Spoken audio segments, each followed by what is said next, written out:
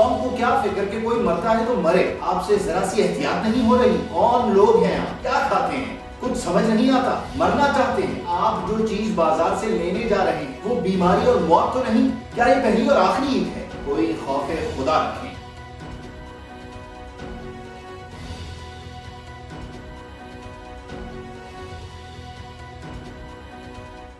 Corona virus تیزی سے اپنے پنجے گاڑ رہا ہے۔ پاکستان میں کیسز ہر گزرتے گھنٹے بڑھ رہے ہیں اور اموات میں بھی اضافہ ہوتا چلا جا رہا ہے۔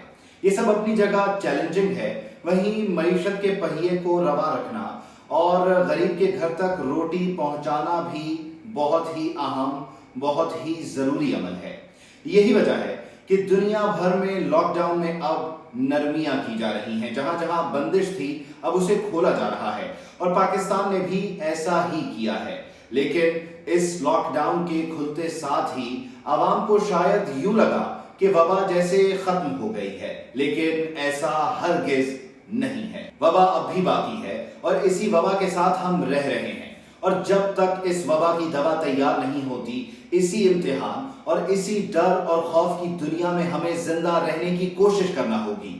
یقیناً جان بچانا بہت ضروری ہے، لیکن اس سے کہیں زیادہ ضروری ہے کہ بازاروں کے کھل جانے پر ہم اپنی عید کی خریداری کے تمام پرانے ریکارڈز خود ہی توڑ ڈالیں۔ دنیا کو پتہ چلنا چاہیے کہ یہ وہ قوم ہے جو کسی صورت نہ ڈرتی ہے، نہ جھکتی ہے، نہ گرتی ہے۔ اسے کوئی وبا، کوئی آفت، کوئی امتحان نہیں گھیرتا۔ یہ قوم اب بھی دنیا میں مرنے والے لاکھوں لوگوں کو یہودیوں کی سازش اور کفار پر اللہ کا عذاب قرار دے رہی ہے اور بازاروں میں خوب خریداری کر رہی ہے۔ اس قوم کو کیا فکر کہ کوئی مرتا ہے تو مرے؟ ان کے گھر عید پر نئے کپڑے، جوتے بہت ضروری ہیں، کیونکہ کیا پتا یہ کس کی آخری عید ہو۔ تو ایسے میں آخری عید کی یادگار تصاویر اور لاجواب کپڑوں کا چرچا تو مرنے کے بعد بھی رہنا چاہیے۔ کسی کو کیا پڑے کہ فاصلہ رکھ لے، کسی کو کیا ضرورت کہ ماسک پہن لے، ہاتھ دھو لے یا سینیٹائز کر لے۔ یہ سب امریکہ کی سازش ہے اور وہ اپنے ماسک بیچنے کے لیے میڈیا اور ہمارے حکمرانوں کے ذریعے مہم چلا رہا ہے۔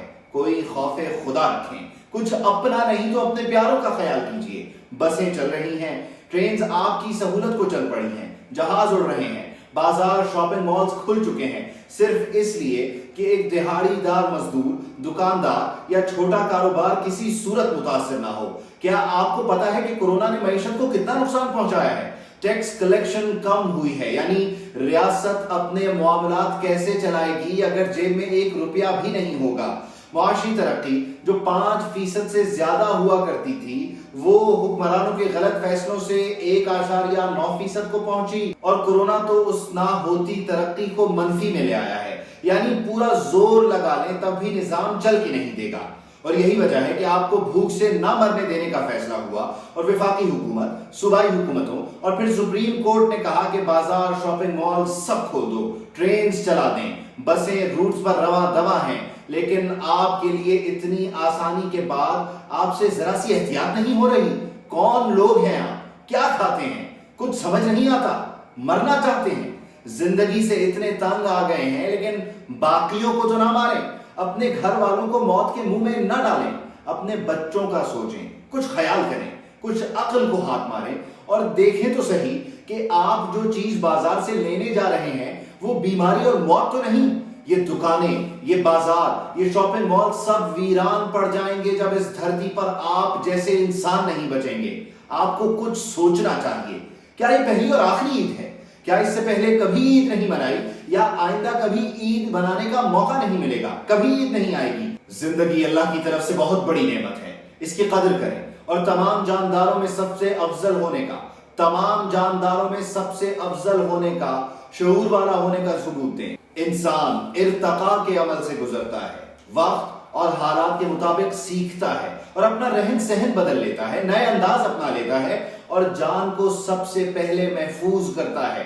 لیکن انسان جب عقل کو ڈبے میں بند کر دے اور سوچ بچار نہ کرے تو پھر اس میں اور جانوروں میں کوئی فرق نہیں رہتا۔ اس بار کون سی ایسی عید ہے کہ جو نئے کپڑے، جوتوں کے بغیر نہیں ہو پائے گی؟ سیلونز جا کر ٹپ ٹاپ کے بغیر آپ کو سانس نہیں آئے گا؟ چیخ چیخ کر تھک گیا ہر وزیر، مشیر، ڈاکٹر، سیاستدان کے غیر ضروری گھر سے نہ نکلیں۔ بے حد ضروری ہو تو احتیاط کے ساتھ جائیں۔